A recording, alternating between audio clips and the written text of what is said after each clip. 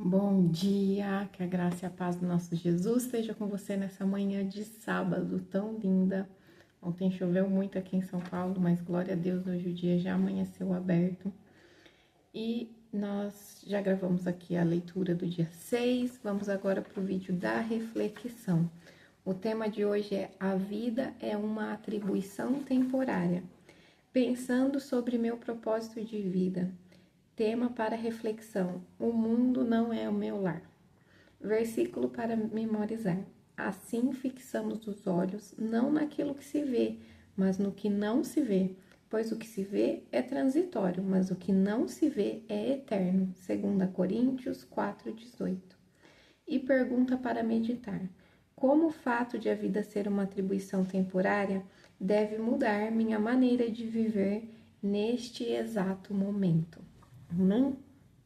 Então, falando um pouquinho sobre tudo que o autor disse aqui nesse capítulo, a parte que mais fala ao meu coração é a parte que ele traz a analogia de que nós somos embaixadores nessa terra, de que nós não somos daqui, como se nós tivéssemos outra nacionalidade e tivéssemos a função de embaixadores de Cristo, porque a Bíblia diz isso em 2 Coríntios 5:20, que nós somos embaixadores de Cristo. E que essa é a nossa função aqui na Terra. Mas que, porém, se a gente se envolver demais com as coisas dessa nação terrena, a gente pode se tornar um traidor. A gente pode deixar de ser alguém que representa uma outra pátria e passar a viver como alguém que acredita e que confia nessa nação, nesses valores, nesse ambiente. E aí ele também diz assim, que o fato de nós não sermos daqui é o que explica por que, como seguidores de Jesus, muitas vezes experimentamos muitas dificuldades aqui. E uma vez eu ministrei para mulheres e eu trouxe exatamente esse contexto, de que nós não somos daqui, de que nós somos seres celestiais, eternos, criados para a eternidade, mas que nós estamos aqui em uma missão. E que por isso nós estamos em guerra. No momento que entregamos a nossa vida para Jesus, se você estiver vendo esse vídeo e talvez você seja um novo convertido, no momento que a gente entrega a vida para Jesus, é como se a gente passasse a andar com um alvo nas nossas costas aqui na terra. Porque a Bíblia diz que esse mundo está nas mãos do príncipe das trevas, né? Porém, que o Senhor Jesus já o venceu. Então, assim, nesse mundo, as trevas vão nos perseguir. O inimigo das nossas vidas, Satanás, seja o nome que você queira dar, ele vai nos perseguir, ele vai nos afrontar, ele vai criar situações que vão sim trazer dificuldades, coisas como o autor disse aqui, que talvez pareçam ser tão injustas, mas esse não é o final da história. Isso não é tudo. A gente está vendo só uma parte.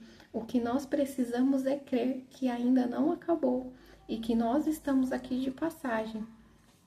Então, indo aqui para a pergunta, né? Como o fato de a vida ser uma atribuição temporária deve mudar minha maneira de viver neste exato momento? E a minha resposta é: crendo que a história ainda não acabou. Crendo que tudo que eu passo aqui, enquanto aqui muitas vezes nós estamos vendo dificuldade, nós estamos vendo dor, nós estamos vendo tudo de ruim e de difícil em alguma situação, Deus pode estar olhando de lá de cima e falando assim: olha como ela é fiel, ela não desistiu de mim, ela não desistiu de me adorar, ela não desistiu de me buscar, ela não deixou de acreditar na minha existência, mesmo passando por tudo isso. E tudo isso está produzindo para nós uma glória eterna. Paulo fala isso, né? Eu não me lembro o texto exato, mas está escrito, está na Bíblia, depois você procura, que ele diz que as nossas momentâneas e passageiras tribulações não se comparam com a glória que há de vir. Então, assim, nós queremos o problema, né? O foco central, eu creio que dos nossos dias, é que todo mundo quer ser celebrado aqui na Terra. Todo mundo quer ser ovacionado, todo mundo quer ter fama, todo mundo quer ter sucesso, todo mundo quer ter aparência, todo mundo quer conquistar algo aqui nessa terra, quer conquistar um nome, quer deixar um legado, quer construir algo. Tá todo mundo buscando por uma celebração terrena, por uma celebração humana, por pessoas que vão te aplaudir, sendo que na verdade nós deveríamos estar buscando a aprovação e a celebração do Senhor, e com fé e com convicção de que essa celebração não é aqui, porque Jesus disse que ele iria nos preparar um lugar. Se nós lermos a Bíblia, nós vamos encontrar que há uma mesa preparada no céu para nós. Lá sim haverá uma festa de celebração. Como o autor trouxe aqui a história do missionário que estava no navio com o presidente dos Estados Unidos e começou a se queixar, porque o presidente, quando chegou no país, era tão celebrado, e ele, um missionário que fez tantas coisas para o Senhor, esquecido. Porém, o Senhor disse para ele: você ainda não chegou em casa. Nós ainda não chegamos em casa. O nosso dia de celebração vai ser quando nós chegarmos em casa, quando nós chegarmos no céu. A nossa esperança não pode estar nas coisas desse mundo, sabe? A minha esperança não pode estar no emprego melhor, não pode estar no casamento melhor, não pode estar na alegria dos meus filhos, na satisfação. É claro que a gente vive sim por tudo isso, e como eu já disse aqui em outros vídeos, a gente busca isso e Deus não se ofende. Porém, o nosso anseio do nosso coração, a nossa verdadeira e profunda esperança não pode estar em nada dessa terra. Tem que estar conectada à nossa volta para o céu. Porque quando a gente tem essa convicção, essa certeza, essa esperança, a gente pode passar pelas piores tragédias da vida. E a gente vai passar com fé, com convicção de que aquilo fazia parte da trajetória por algum motivo que nós não entendemos, porque nós não estamos vendo tudo, mas que o Senhor, na sua soberania, sabe, e que mesmo tendo passado por essa dificuldade aqui, a glória que eu vou receber no céu, a celebração e estar na presença dele constantemente. Gente, se você que está assistindo esse vídeo já teve uma experiência concreta, real, com a presença do Espírito Santo, com a presença de Cristo, que você sentiu aquele amor tão... que transforma o ambiente, que é algo inexplicável, que é algo sobrenatural. Se você já esteve nesse lugar em que muitas vezes a gente só consegue chorar, principalmente nós mulheres, né? A nossa maneira, muitas vezes, ali de sentir a presença, a gente só consegue chorar e agradecer, e a gente sai anestesiado daquele ambiente, porque é como se nós tivéssemos sentido ali a presença mesmo de Jesus naquele lugar. Você consegue imaginar o que é viver eternamente nesse lugar de satisfação? Porque há uma satisfação nesse lugar para nosso coração, para o nosso espírito, para nossa alma. Quando a gente entra nesse lugar de encontro com Deus, a gente sente algo que a gente nunca sentiu e que ninguém pode fazer a gente sentir. Eu, infelizmente, andei por muitos lugares desse mundo antes de me converter, já utilizei muita droga, e nada se compara, sabe, ao quão extasiada eu fico quando eu entro na presença. E aí eu imagino como é viver eternamente nessa presença.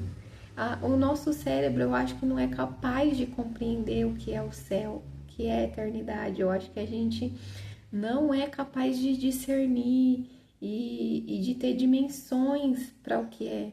Tanto que quando João, lá em Apocalipse, começa a descrever, ele diz que as ruas são como de ouros, né? Eu creio que não é porque vai ser de ouro, é porque ele está tentando traduzir a beleza, a majestade, a glória que há naquele lugar, sabe? Mas não tem comparação com nada nesse mundo. Eu creio que não há comparação com nada nesse mundo. O que é estar na presença de Deus, sem interrupção. O que é estar eternamente nesse lugar de graça, nesse lugar em que todo o resto deixa de fazer sentido, deixa de ter importância, toda dor deixa de doer, toda mágoa, sabe?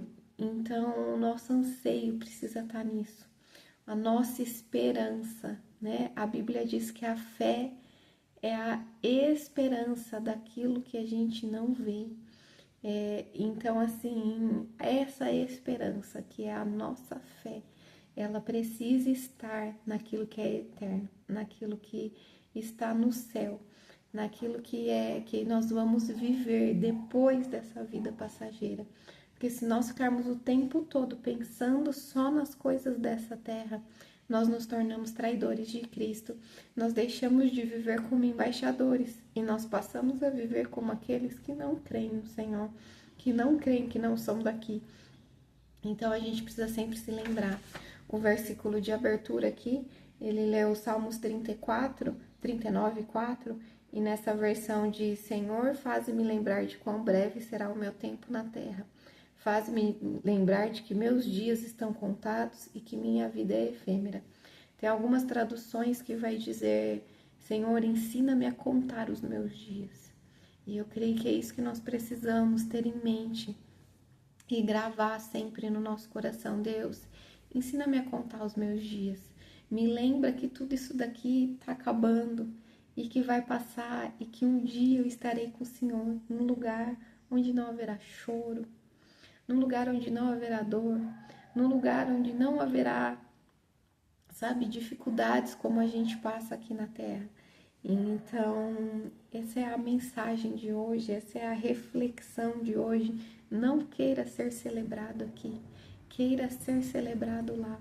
Não se importe tanto com as coisas daqui, com as dificuldades, com as aflições, com aquilo que foge do controle. A gente tem uma necessidade de controle nesse mundo. A gente tem uma necessidade de controlar as situações, o que as pessoas vão pensar, o que minha família vai dizer. Ai, mas se eu dizer não para os meus filhos, eles não vão me amar. Gente, abra mão do controle, deixe o Senhor controlar todas as situações. Abra mão daquilo que você não é capaz de fazer. Eu disse aqui no vídeo de ontem, né, que eu passei por uma situação de depressão, de ansiedade no ano passado. E uma das coisas que me ajudou muito foi uma amiga pastora que ela falou assim: Lê, escreve no papel tudo que tem feito você se sentir ansiosa. Escreve, coloca no papel tudo que está fazendo você se sentir assim. E depois você começa a escrever: eu tenho controle sobre isso? Sim ou não? Se não, você vai orar e entregar para Deus. Se sim, o que você pode fazer para resolver?